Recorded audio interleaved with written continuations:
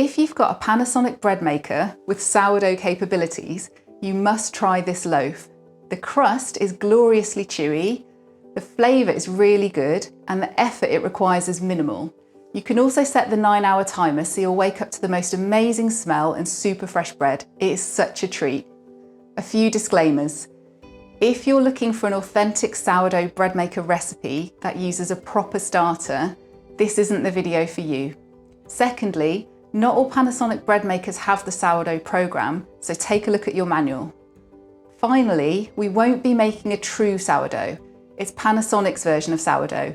It uses yogurt to give it that sour tang and yeast, which is basically cheating and not sourdough at all.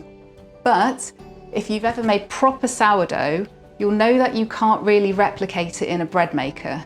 It takes time, skill, patience and experience, and that's why I love this bread. You don't need any of that.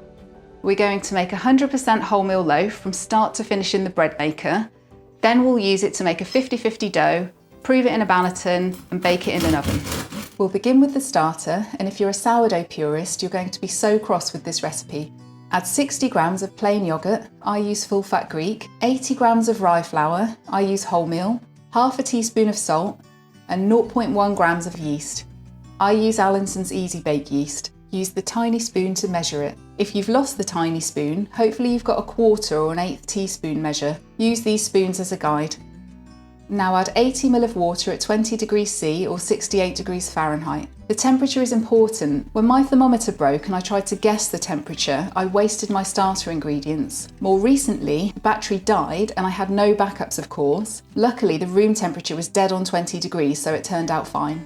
I'm making 2 starters here, one for the loaf and one for the dough. Because it was early and I was still dozy, I accidentally added 80 grams of yogurt to one of them instead of 60. Thankfully, the bread turns out fine. By the way, if this is the sort of high quality, flawlessly executed content you're interested in, why not consider subscribing? Give the starter a good stir, then pop the lid on. Put it into the bread machine and choose the sourdough starter program. On my machine, the ZB2512, it's menu 27 and you'll see the timer change to 24 hours. This is important because if you accidentally choose any other setting, you'll melt the sourdough cup. Set a timer on your phone because unless you're hovering near the bread maker in 24 hours time, you might not hear the beep when it's done. It's about as loud as a kitten mewling. The starters are done, have a sniff. I love the smell, it's tangy and almost alcoholic. At this point, you can stick them in the fridge for up to a week or use them straight away. You can't freeze them though. We'll start by making the loaf. Pop the normal blade into the tin. Now there are choices.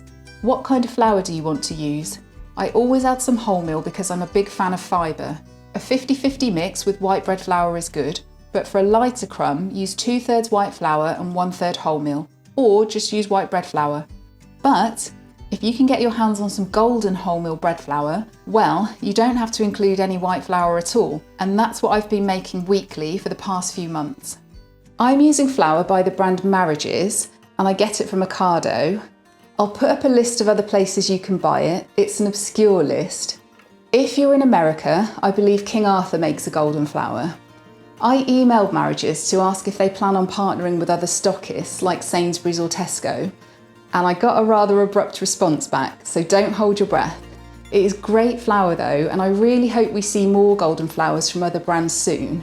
They have the same amount of fibre as wholemeal, but they have a lighter texture. Tip the sourdough starter into the loaf tin. I use a silicone spoon to scrape it all out, and it usually totals to about 215 grams, but this is the starter with the extra yoghurt. Add 320 grams of flour. I'll link to our blog recipe in the description, which lists the different quantities of water depending on the type of flour you use. Add 3/4 of a teaspoon of salt and 150 ml of water. It's a bit more water than usual because we're using wholemeal flour. Put the bread tin into the bread maker and add half a teaspoon of yeast to the yeast dispenser. Select the rustic sourdough program, menu 10 on my machine, and press start to begin the program right away. It'll take 5 hours, or set the timer for up to 9 hours. It's done. This moment's always a bit hairy. I forgot to add the yeast once, and when I opened the machine, I had a bit of a shock. Remove the tin from the bread maker.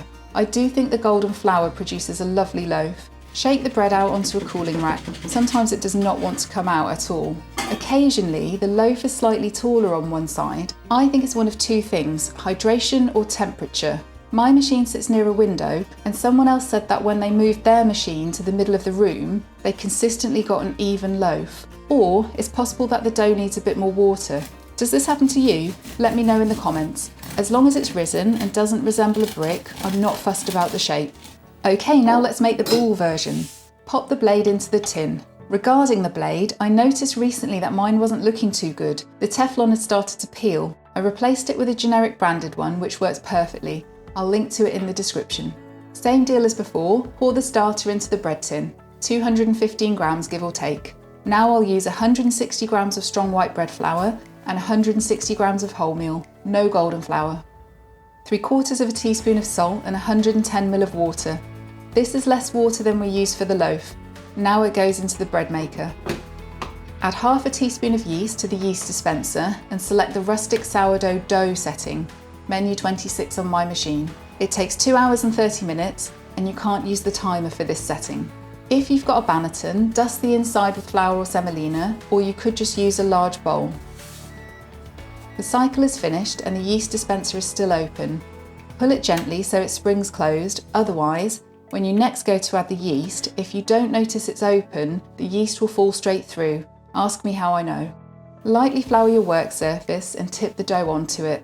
Shape it into a rough ball. I'd put money on you doing a better job of this than me. I'm still working on my dough shaping. Dust with a little more flour or semolina, then transfer the dough to the banneton or bowl. I'm using a 500 gram round banneton, which is about 8.5 inches in diameter. Now cover it. I use the cover that came with the banneton, or you could use a clean tea towel or oiled cling film. Leave it to proof somewhere warm for about 40 minutes, but longer won't hurt. I usually use my top oven, which isn't fan assisted. I turn it on to its lowest setting for 3 minutes and that warms it up a bit. It's not very specific or accurate, I know. It's been 45 minutes and the dough has risen. Preheat your oven to 220 degrees C or 430 Fahrenheit. Tip the dough onto a baking tray lined with baking parchment and bake for around 20 minutes, but check after 15. All of our ovens are different. This is the colour after 15 minutes, back in it goes, and this is 20, it's done. The hardest part is waiting for it to cool. If you cut into bread while it's still hot, the insides will go gummy. It doesn't need to be stone cold, but there's no point in going to all this effort only to spoil it at the last hurdle. Okay, Crumb Shop, you can see that this isn't an open crumb. I'm not saying that you can't get an open crumb with a bread maker, but I haven't found a way yet. I'll continue the research and please let me know in the comments if you've had any success with that. And here's the crumb for the loaf. Same deal, closed crumb. The flavour though, I wish you could smell it through the screen. To me, the flavour is much nicer than when I make a bog standard loaf in my bread maker. And you know exactly what's gone into it, there are no stabilisers or preservatives. As bread recipes go, this is quite a controversial one. It probably shouldn't be called sourdough because it includes yeast. I really wanted to share it though because it's so easy and you can add wholemeal flour to really up the fibre. I love proper sourdough, but I just don't have time to make it at the moment. This recipe is a good compromise. Anyway, I hope that was helpful.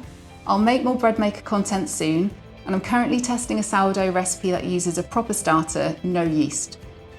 We've got quite a few bread recipes on our blog now. Oh, excuse my clock. So take a look there too. Thanks for watching and see you soon.